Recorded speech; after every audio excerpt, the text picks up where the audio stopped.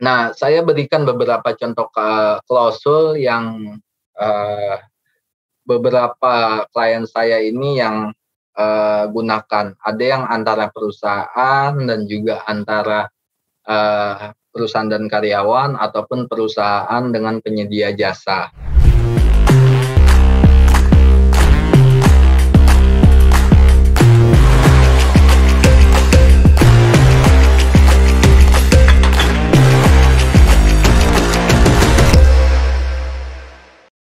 Biasanya untuk di dalam perjanjian kerja itu, eee, ada beberapa hal yang kadang tidak diatur di beberapa perusahaan, khususnya mengenai hak kekayaan intelektual ini, bagaimana pengaturannya, bagaimana pengalihannya, itu biasanya jarang ataupun secara general, sehingga tadi mungkin untuk beberapa hak kekayaan intelektual itu ketika diciptakan ataupun inovasinya itu ditemukan, itu harus clear apakah memang ada imbalan, ada royalti, atau segala, apa namanya, gaji yang diterima itu termasuk dalam imbalan tersebut.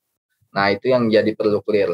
Lalu juga, pastinya kerahasiaan tadi karena ini ada beberapa rahasia dagang dan tentunya ketika, yang sering lupa adalah kualifikasi pelanggaran dari misalnya, kerahasiaan ataupun kualifikasi, pelanggaran atau ganti rugi jika misalnya, seseorang itu menciptakan sebuah karya cipta, hak cipta ataupun inovasi itu, eee, apa namanya, menyerupai atau mengambil dari, milik orang lain. Nah, biasanya hal-hal seperti itu yang kadang lupa untuk diatur di dalam, eee, perjanjian kerja, khususnya antara perusahaan dan, karyawan.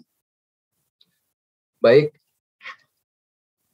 nah saya berikan beberapa contoh klausul yang, eee beberapa klien saya ini yang, gunakan. Ada yang antara perusahaan dan juga antara, perusahaan dan karyawan ataupun perusahaan dengan penyedia jasa. Nah, misalnya yang untuk yang satu ini terkait dengan, apa namanya, perusahaan dengan, penyedia jasa dan pada saat itu adalah, eee ini kalau nggak salah ini terkait dengan menciptakan logo ataupun membuat logo orderannya.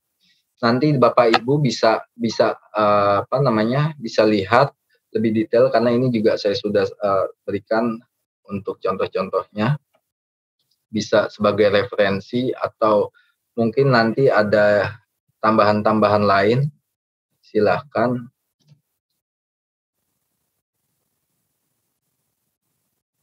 Nah, seperti misalnya yang di bawah ini, di sini setiap ciptaan itu tetap menjadi penemunya, gitu.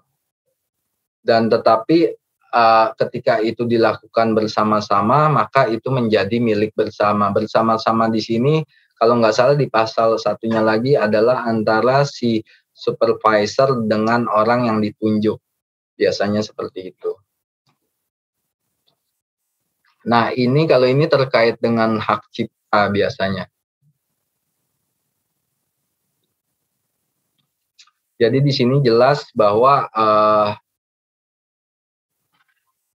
hak moralnya tetap kepada si penyedia jasa atau pekerja, pihak kedua di sini, dan pihak pertama sebagai pemilik atau penerima pengalihan hak.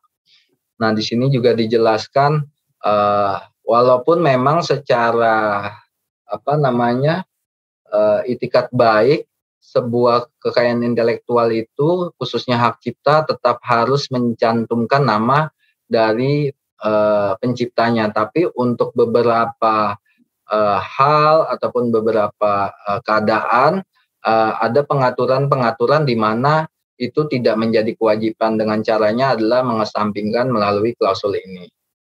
Lalu juga untuk beberapa, eee hak cipta tentunya ketika sudah dialihkan itu, biasanya ada penggandaan ataupun proses lainnya. Nah, ini harus jelas, jangan sampai tidak jelas. Apakah dalam proses penggandaan itu hak ciptanya itu menjadi tetap milik si penerima hak cipta tadi, atau itu pengaturannya berbeda? Karena untuk beberapa kasus itu bisa saja dimintakan pertanggungjawabannya ketika pengalihan itu tidak secara full atau setengah-setengah.